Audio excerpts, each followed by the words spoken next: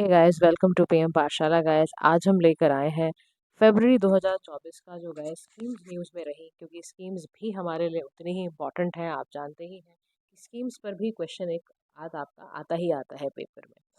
तो जो भी पेपर में रही हुई इम्पोर्टेंट जो रहा हुआ होता है आपका, उसको करना बेहद ज़रूरी है।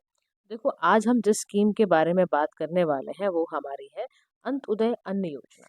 अब इस स्कीम को प्रिपेयर करने से पहले या इस पर कुछ बात करने से पहले, अगर आप चैनल पर नए हैं तो please do like share and subscribe to PM Pathshala. अपनी तरफ से सिर्फ इतना ही काम करना है आपने।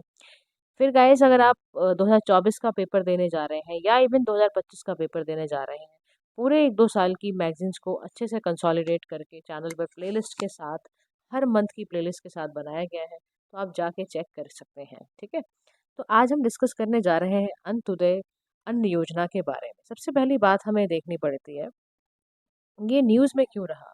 देखो, रिसेंटली यूनियन कैबिनेट ने अप्रूव करा extending the sugar subsidy for Antyodaya Anna Yojana families. Union cabinet ने क्या करा है, शुगर सब्सिडी को अंत्योदय अन्न योजना फैमिलीज के लिए through public distribution for 2 more years के लिए एक्सटेंड किया है। यानी 2026 तक के लिए बोला है कि शुगर पे सब्सिडीज ऐसे परिवारों को दिया जाए जो अंत्योदय अन्न योजना के तहत आते हैं।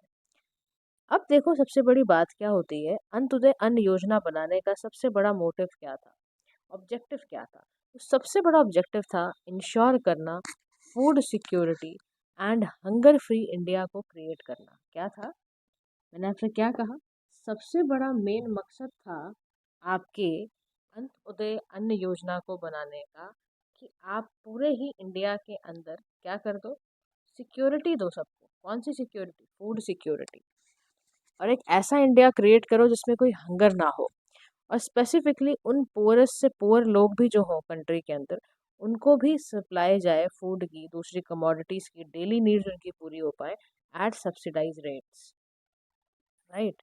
अब इसके और फीचर्स की तरफ अगर हम ध्यान देते हैं, तो सबसे बड़ी बात है कि ये ministry of consumer affairs, food and public distribution system के अंदर ये आता है। लॉन्च किसने किया है ये, तो 2000 में इसको लॉन्च कर दिया गया था। मिनिस्ट्री ऑफ कंज्यूमर अफेयर ने इसको लॉन्च किया था, 2000 में इसको लॉन्च किया गया है। अच्छा, अब हम क्या कहते हैं, कौन बेनिफिशरी है, हम किन्हें कह रहे हैं कि कौन अंत्योदय अन्न योजना के तहत आएंगे। तो बेनिफिशरी होल्डर्स के नाम भी आपको क्या होने चाहिए, बिल्कुल पता होने चाहिए। तो अंत्योदय अन्न योजना के लिए ना एक राशन कार्ड मिलता है। जो भी इसके फायदे उठाना चाहता है, लाभ जिसे मिल सकता है, जो बेनिफिशरी है, उसको आपको बेसिकली राशन कार्ड मिलेगा। तो स्टेट यूटी आइडेंटिफाई कर लेते हैं ऐसे कौन कौन से घर हैं जहां पर अंत्योदय अन्न योजना के तहत जाना चाहिए, और उन्हीं को फिर ये राशन कार्ड एलिजिबिलिटी के साथ अनुसार दे देते हैं। अब इसके बेनिफिट में अंत्योदय जो अन्न योजना है, जो हाउस होल्ड है, उसको मिलता क्या है। तो कह रहा कि देखो, सबसे पहली बात, जो भी इस कार्ड होल्डर जो भी होगा या जो भी इसका बेनिफिशियरी होगा, उसको 35 किलो हर महीने फ्री ऑफ कॉस्ट पे राशन मिलेगा, फूड ग्रेन्स मिलेंगे। यानी आपके व्हीट, राइस वगैरह ये सब मिलेगा। और अंडर, हम आपको अगर याद हो, प्रधानमंत्री गरीब कल्याण जो अन्न योजना थी, उसको भी पीरियड ऑफ 5 years के लिए लाया था, जो इफेक्ट में आया फ्रॉम 1 जनवरी 2024। तो प्रधानमंत्री गरीब कल्याण अन्न योजना को भी नेशनल फूड सिक्योरिटी एक्ट के साथ ही उन्होंने करा हुआ है, उन्होंने सबस्यूम करा हुआ है। क्यों, क्योंकि कोविड-19 के आउटब्रेक के बाद ये ज़रूरी हो गया था। अच्छा, 35 किलो फूड ग्रेन के साथ साथ हर महीने 1 किलो फ्री शुगर भी जाएगी, जो भी इसके बेनिफिशियरी है उनको। अब पता कैसे चले कि कौन कौन लोग हैं, या जो गवर्नमेंट है या जो मिनिस्ट्री है वो भी इसको कैसे एलोकेट करती है, कि कैसे एलिजिबिलिटी का पता चले। तो देखो, 1 crore poorest of the poor families को लाकर इसमें डाला गया है, इसमें एक्सपेंड करा गया है। कह रहा देखो, वो फार्मर जो मार्जिनल फार्मर है, ऐसा फार्मर जिसका कोई लैंड नहीं है, जिसको लैंडलेस एग्रीकल्चरल लेबर कहते हैं, या रूरल आर्टिजन्स हैं, वीवर्स हैं, पोर्टर्स हैं, टैनर्स हैं, इन सभी को इस स्कीम के तहत डाला गया है। स्लम ड्वेलर्स हैं, या जो वो व्यक्ति हैं जो लाइवलीहुड कमाते हैं on daily basis in the informal sector, porter हैं, कूलीज हैं, रिक्शा पुलर हैं, इन सबको मिलता है। या वो हाउस होल्ड जिनको, जैसे विडोज हैं, या बहुत ही डिसेबल्ड कोई व्यक्ति है, टर्मिनली इल पर्सन है, जो उसकी 60 साल की उम्र हो गई है, उससे ज़्यादा की उम्र का है, कोई सोसाइटल सपोर्ट नहीं है, तो ऐसे व्यक्ति को भी इस स्कीम के तहत डाला जाएगा। फिर कहा जा रहा है कि वो भी व्यक्तियों को भी, जैसे कोई ट्राइबल हाउस होल्ड का है, बहुत ही प्रिमिटिव ट्राइबल है, तो उसको भी मिलेगा।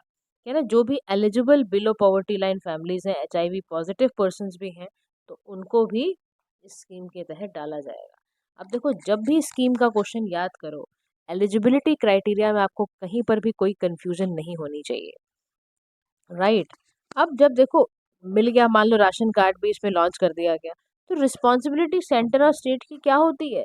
सबसे बड़ी बात है, फूड ग्रेन प्रोडक्शन को करना central government through food corporation of India FCI के तहत उसकी रिस्पॉन्सिबिलिटी होती है कि समय पर परचेज प्रोक्योरमेंट हो जाए, स्टोरेज हो, ट्रांसपोर्टेशन हो, फूड ग्रेन सड़े ना, बल्क में एलोकेशन स्टेट गवर्नमेंट को दे पाए।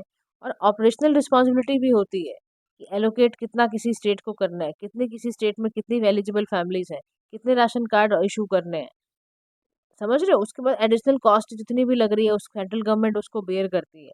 शुगर सब्सिडी के लिए यहाँ पर 18.50 पर केजी पर मंथ यहाँ पर सब्सिडी सेंट्रल गवर्नमेंट ने दी है शुगर के लिए। तो स्टेट ड्यूटीज का काम क्या है? बियर करना distribution cost, margin to dealer and retailer, सारी ट्रांसपोर्टेशन कॉस्ट वो स्टेट गवर्नमेंट उसका वो करती है। तो याद रखो, कोई भी एक स्कीम आ जाए, अब यार देखो, हम अगर मान लो सोसाइटी वाले टॉपिक से भी अगर आप डील कर रहे हो, तो वहां पर भी आप ये सारी बातें लिख पाओ, इसलिए ज़रूरी हो जाता है कि आप एक एक स्कीम को बहुत टारगेट करके पढ़ो। ठीक है, एलिजिबिलिटी याद रखना, बिल्कुल भूलना मत।